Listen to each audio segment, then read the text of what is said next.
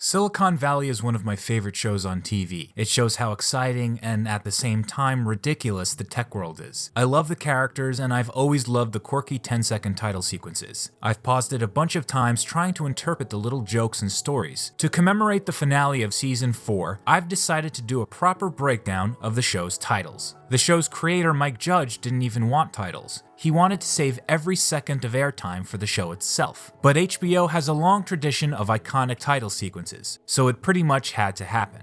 HBO set Judge up with the design firm U+Co, and together they brainstormed the neat little Toy Valley. The titles are full of tiny little in-jokes and stories, and every season the show has added and updated these. Since the sequence tracks up to the right, let's start at the bottom. At the bottom left, we have Google slowly transforming into its very Orwellian new holding company, Alphabet. The little Alphabet building is a model of the hypothetical Loop campus, the company's sci-fi dream home slated for development over the next decade. In the very first frames to the upper left, we have four companies: Reddit, Pandora, the music streaming service, LinkedIn, the social network for business and employment opportunities, and the now defunct Pets.com that went under in 2000.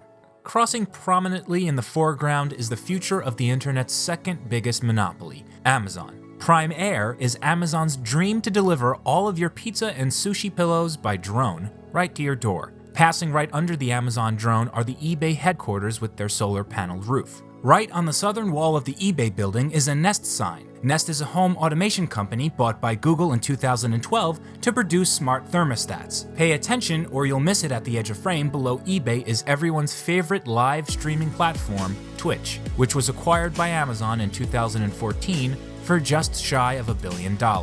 Even farther at the right edge, barely noticeable with their white dog on red field logo, is Zynga, which is the mobile gaming developer behind Farmville. Across the street from Zynga is Dropbox, aka Dripbox, a pun I've always appreciated, and Yelp, with its white stars climbing the building. An inch to the left is the Recode Cylinder. Recode is a top tech news site very popular within the Valley. They were acquired by Vox in 2015. Swinging up and to the left, we watch as this blank building becomes the headquarters to Slack, a company briefly mentioned by Monica earlier in the series, when she missed the boat on its huge success. I passed on Slack. At first a gaming company, they transitioned to developing a Slack app, which is a messaging and collaboration platform, very popular in the Valley itself. They hold the record for the company with the fastest evaluation to $1 billion. To the left of Slack is Theranos, one of the most interesting little stories in the titles. Theranos was founded by the uniquely glamorous-looking Elizabeth Holmes in 2003 to develop better medical diagnostic technology, basically a better way to do blood tests. Her panache and bold claims propelled the company to outrageous early success, with celebrities racing to be on board. In 2015, Forbes named Holmes as the youngest self-made female billionaire in the world, with Theranos' $9 billion valuation. But within a year, they would name her one of the world's most disappointing leaders, after revelation of fraud in her claims on the effectiveness of her technology. And the government's investigation of Theranos is visualized in the titles with little FBI trucks. In the same building as Theranos are Appcelerator, a low-key software company making under-the-hood applications for tracking the performance of other programs, and 23andMe, who make genetic testing kits for tracking hereditary lineage and genetic diseases. I know several people personally who have taken the test and discovered they come from very different ethnic backgrounds than they thought.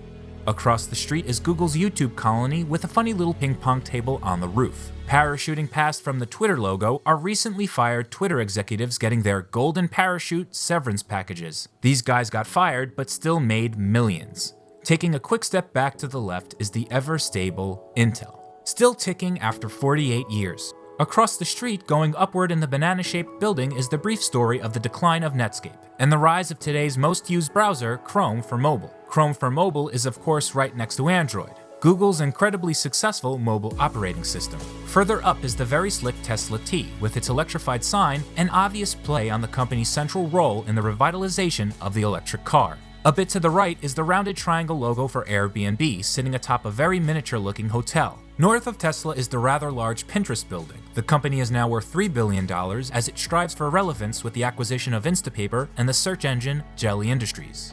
And just to the right of Pinterest is AOL. It used to be a dial-up internet service provider, but with the advent of broadband and DSL, it soon became obsolete. To the right of Pinterest are the many acquisitions of Facebook, as Mark Zuckerberg's blue and white empire eats up Oculus and then WhatsApp's white and green telephone. Floating almost imperceptibly over the Facebook domain is the ghostly specter of Snapchat, Facebook's biggest and as yet unconquered Instagram rival. Above Facebook is a Soylent truck. Soylent is a kickstarted meal replacement product developed in 2014. Of course, the stuff gave many consumers the runs, thus the little commodes next to the truck. Swinging south again to just left of the huge Silicon Valley title is another Google outpost in Blogger, bought all the way back in 2003. Even further back, we see the three balloons of the new car service revolution. Uber in black collides with Lyft in pink as the Chinese Uber clone Didi Chuxing floats a bit off the side in orange. Half out of frame is the futuristic circular campus for the Apple juggernaut, still the world's highest valued company at over $170 billion.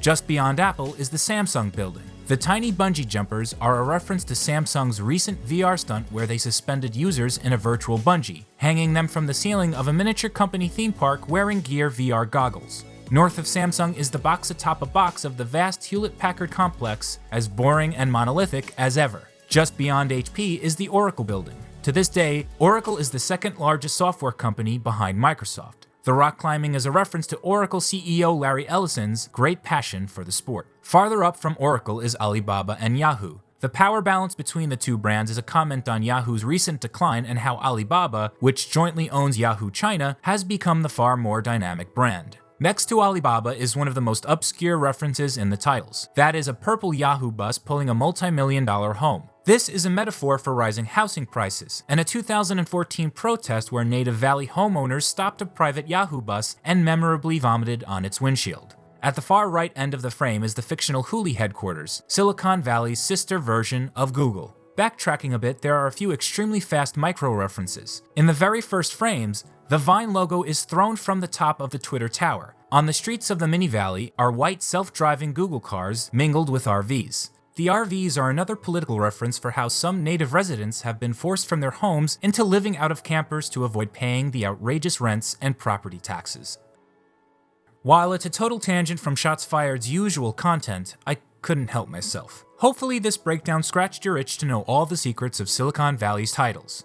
Next video will most likely be a return to the killing fields of the internet flame wars. Don't forget to subscribe, and thanks.